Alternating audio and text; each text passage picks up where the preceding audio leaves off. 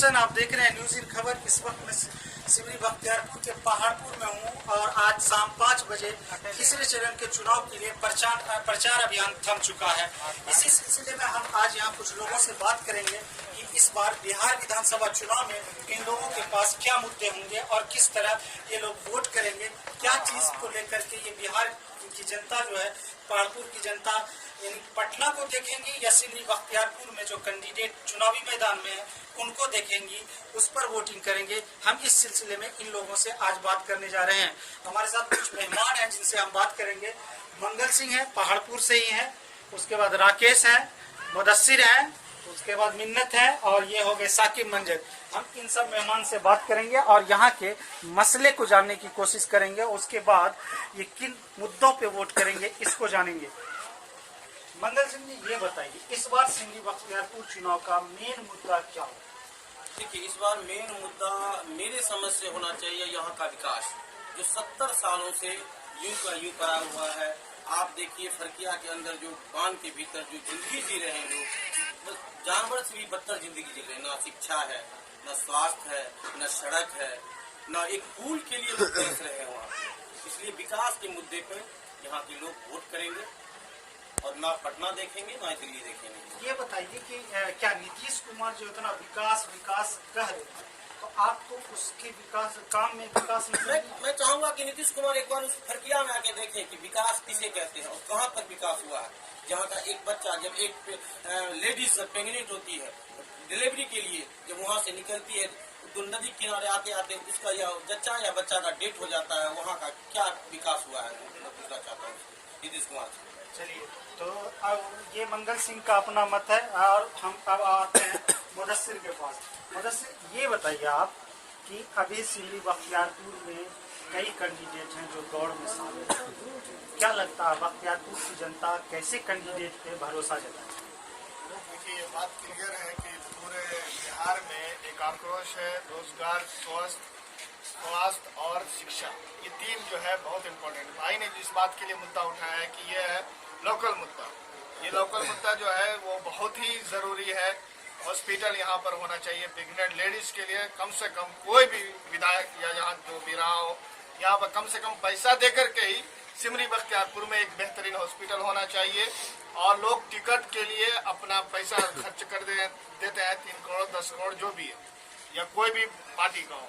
लेकिन अगर कोई एक 2 करोड़ लगाकर कोई एक हॉस्पिटल यहाँ पर प्रेग्नेंट लेडीज के लिए नहीं है, वो बहुत ही जरूरी है। एजुकेशन तो मुद्दा ही, लेकिन एजुकेशन तो खैर कहीं पर भी आप हासिल कर सकते हैं। तो एजुकेशन के लिए इस बार सब नेता वादे कर रहे हैं कि मैं एजुकेशन के लिए काम करूंगा, हेल्थ के लिए काम करूंगा। लेकिन देखिए, बिहार की बात हम करेंगे तो पूरा बदलाव चाहते हैं। सत्ता परिवर्तन होना बहुत जरूरी है, क्योंकि पिछली बार जब 5 साल में आए थे नीतीश कुमार, उसने बिहार का रुख बदल दिया। इसमें कोई डाउट नहीं है कि उसने काम नहीं किया।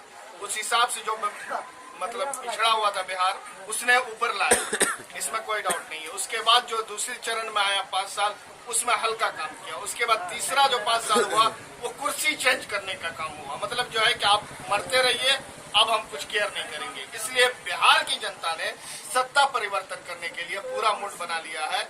इसलिए लोग सत्ता परिवर्तन को वोट करने का निर्णय ले।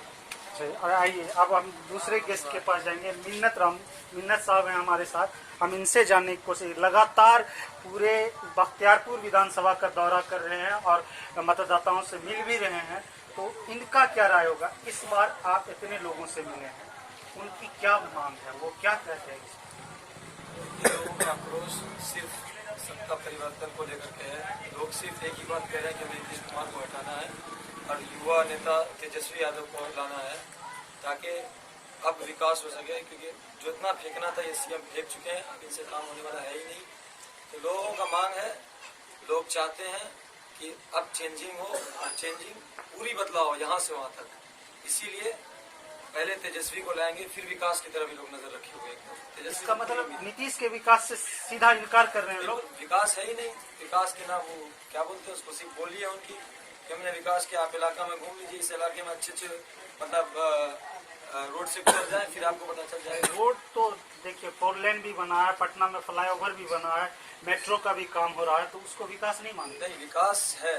हाँ। विकास, अब उसको विकास बोलेंगे। लेकिन उसके साथ साथ अब शिक्षा की तरफ भी ध्यान देंगे, स्वास्थ्य की तरफ भी ध्यान देंगे। मैं जो युवा सबसे ज्यादा आक्रोश जो युवाओं के अंदर है वो इस बात को लेकर के है, युवा अभी मतलब ये कंप्यूटर का सिस्टम चलाया गया 6 महीना या 2 साल भर पहले, लेकिन एक को भी कंप्यूटर सीखने के बाद रोजगार नहीं मिला। तो इस सब बहकावे में अब युवा नहीं आने वाला है। वो तेजस्वी यादव को लाएंगे और फिर से बिहार में बदलाव करेंगे और नया बिहार का यहाँ से शुरुआत होगा। चलिए अगले गेस्ट हमारे यहाँ साकिब मंजर, आप ये बताइए कि सिमरी बख्तियारपुर की प्रॉब्लम क्या है, उसकी समस्याएं क्या है और उसके लिए क्या काम होना चाहिए। सिमरी बख्तियारपुर की सबसे बड़ी समस्या है एक योजना पे 10 दलाल। सबसे बड़ी समस्या ये है, विधायक से लेकर के हर प्रतिनिधि को 4 लाख का काम आता है तो उसको 30% से ही पहले सेट करें। सबसे बड़ा समस्या आती है क्योंकि पैसा दे क्या है, पहले वो पैसा निकालेगा। वो भी आदमी अपना धंधा करता है, धंधा तो वो अपना मूल पूंजी पहले निकालता है। हम अगर कुछ भी लेते हैं कहीं भी तो पहले अपना वो देखेंगे कि हमारा इसमें कितना लागत निकलता है, पहले अपना लागत निकालेंगे फिर जनता का काम होगा। जैसे अभी हम लोगों ने पूर्व में एक विधायक को चुना, माननीय जफर आलम साहब, 11 महीने से वो डिंडोरा पीट रहे हैं, कोरोना कोरोना कोरोना काल कोरोना काल कोरोना काल। क्या किया उन्होंने कोरोना काल में?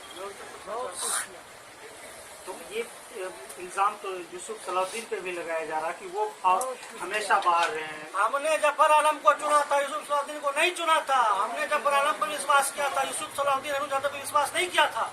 हमारी उम्मीद जफर आलम से, ना कि यूसुफ सलाउद्दीन और अरुण यादव से। क्या लगता है कि इस बार बख्तियारपुर में बदलाव होगा? बदलाव तो बख्तियारपुर में फाइनल है। हर कैसे उम्मीदवार होनी चाहिए सिमरी बख्तियारपुर? जो सिमरी बख्तियारपुर का विकास करेगा, और इस बार सिमरी बख्तियारपुर में देखने युवा की लहर है, इसलिए यहाँ से युवा आएंगे और सिमरी बख्तियारपुर के जो है वहीं आएंगे। तो हम मंगल सिंह के पास चलते हैं। ये बताइए आप जो है कि सिमरी बख्तियारपुर में किस तरह कैंडिडेट को देखिए, सिमरी बख्तियारपुर में इस तरह का कैंडिडेट मैं जनता से भी अपील करना चाहूँगा कि आपके साथ जो सुख दुख में रहा, जो कोरोना काल में और बाढ़ जैसी महामारी में विभीषिका में आपके साथ रहा, जो संघर्ष पे सदियों लगातार संघर्ष करता रहा आपके लिए, वैसे नेता को आना बहुत जरूरी है। उस तरह के नेता आप बताइए। मेरा एक सबसे बड़ी प्रॉब्लम क्या है कि हम ये कमजोरी हम लोगों की, हमारे जनता की कमजोरी है। ये नेता काम नहीं कर रहा, विकास नहीं कर रहा। सबसे पहली मजबूरी आपकी है कि हमने किसी नेता को चुन लिया तो उससे कभी सवाल ही नहीं किया।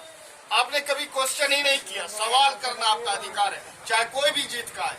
आप उनसे सवाल कीजिए, आपके क्षेत्र में आए कि ये काम क्यों नहीं हुआ। पूरी जनता किसी ने सवाल ही करना नहीं जानती। सवाल आप क्वेश्चन कीजिए।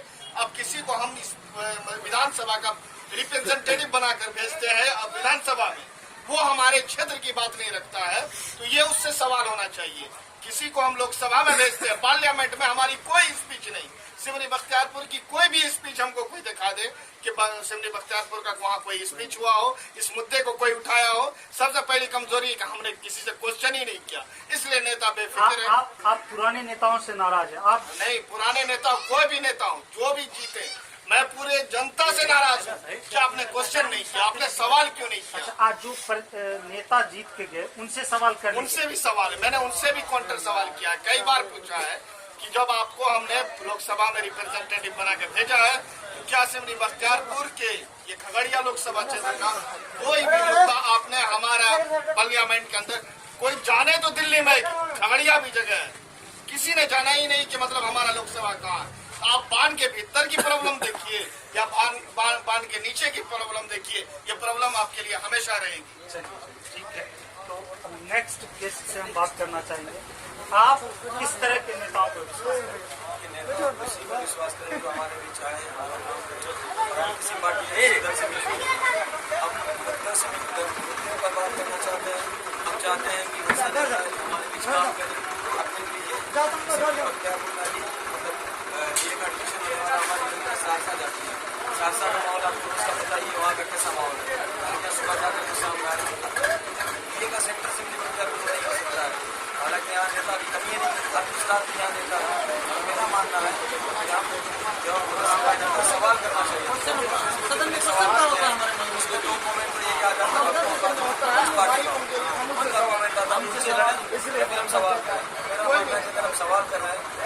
सवाल को वहाँ तक पहुँचाया अगर उनसे ही उलझ जाए, ये सबसे बड़ी बात है और ये सबसे बड़ी कमजोरी है और सबसे बड़ी कमी है इस इलाके की।